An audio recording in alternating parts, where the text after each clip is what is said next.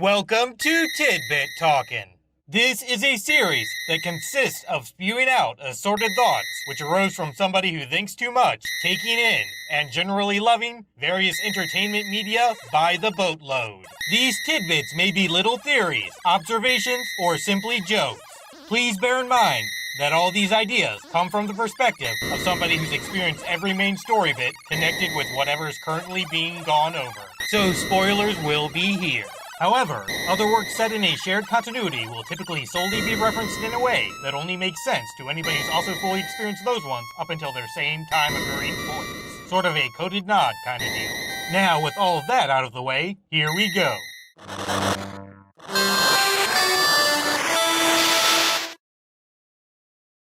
Most Metroid 1 power-ups being initially unavailable could be the result of them all being somewhat defective due to those wacky space pirates performing experiments before Samus showed up and grabbed everything. Metroid molting only occurs when another life form approaches because the vitality-sucking creatures are trying to conserve their energy by not moving until a beating chance pops up. Such a transformation has got to take lots of energy after all. The in-universe purpose of the save station was likely recording data on how those crazy Chozo's new bioweapon was performing. That strange liquid likely holds back the Metroids by cutting off their ability to sense other creatures' life force. Missile-locked doors probably provide power part protection over their energy-emitting equipment equivalent because the Chozo didn't want to risk some Metroids getting near their weaponry somehow by utilizing those nifty, intangible fuel manipulation capabilities. An ice beam is found relatively close to the surface of SR-388, so any patrolling Super Bird folks have a chance at stopping young Metroid before ample snacking happens and metamorphosis-related junk ensues. The Spider Ball was likely created to give crafty warriors more places to hide from all those dangerous life forms on this planet. SR-388's lesser-than-apex creatures population probably survived their perfect predators present because they are all capable of breeding quickly and growing up fast. That somehow self-suturing sand stuff may have been manufactured by the Chozo to give those aforementioned not-so-tough native animals a nice hiding place for all their survival-ensuring hoopla. This game's Varia suit is tucked away behind a tricky hidden path because the Chozo didn't want not-so-clever warriors donning it and charging into battle all recklessly or whatever. Also,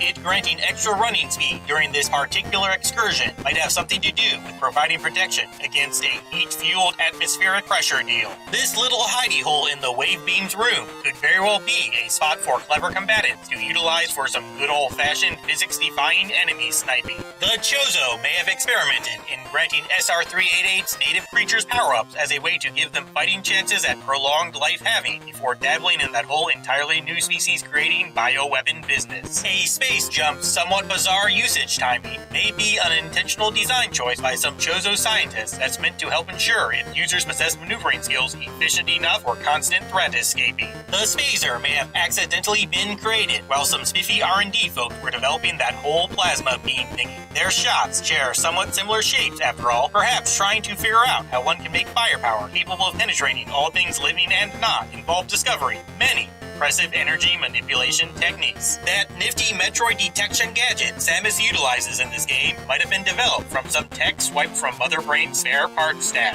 One of her original main purposes was managing those things for the Chozo. A screw attack would only be located deep within the planet's mostly natural labyrinth because its crafty creators couldn't stand Noxus grabbing one and winding up all unnecessary danger experiencing after getting cocky. Most creatures don't seem to have a problem surviving that strange liquid. Chances are Samus is harmed by it due to her Chozo DNA. The fiercely focused feather foe may have made that gut-gouging goo harmful to themselves, so some rogue species members don't try stealing those mighty Metroids it so helpfully holds back. This incredibly long tunnel before the Queen is probably devoid of light because said menacing monarch makes sure it's clear at all times, so her newborns have ample roaming space during that whole getting used to just being alive phase most things go through. The Royal Roarer, releasing all of her life force upon being slayed, might be caused by some sort of cleverly installed Chozo empowering failsafe. The highly advanced species might have wanted to ensure that any creature capable of destroying their most powerful creation's top specimen would always wind up being known by its members.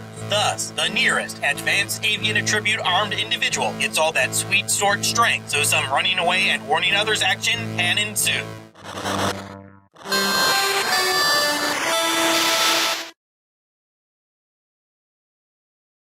Endings are a pain, but all of you are fantastic. See ya.